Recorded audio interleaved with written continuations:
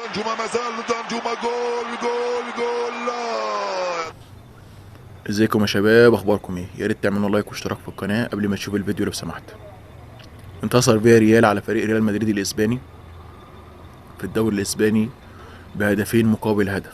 سجل فيا ريال في الشوط الاول الهدف الاول زي ما انتم شايفين. دافيد ألابا النمساوي، روديجير الألماني، كرة جول لفياريال، كرة جول لفياريال.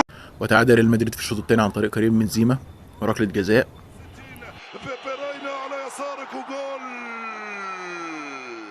وجول. وسجل ركله الانتصار والحسم في الدقيقه 70 تقريبا لاعب فيا ريال. لا وكان اللي قبله ب 23 هدف، مورينو جول. بالنتيجه دي اصبح ريال مدريد في المركز الثاني بعد برشلونه ب 38 نقطه، متساوي في النقاط مع برشلونه صاحب المركز الاول، ولكن بفارق مباراه. يعني برشلونه لعب مباراه اقل، ريال برشلونه لعب 15 مباراه وريال مدريد لعب 16 مباراه. ولكن الغريب في اللقاء ليست النتيجه وليس ترتيب ريال مدريد، ولكن اغرب فرصه في التاريخ تقريبا او في الموسم ده عشان مش نبالغ ضيعها لاعب فيا ريال زي ما انتم شايفين كده. يعني فرصه غريبه. تابعوا الفيديو. راح دانجوما هرب بين اولاريكا، دانجوما ما زال دانجوما جول جول جول. لا يا دانجوما.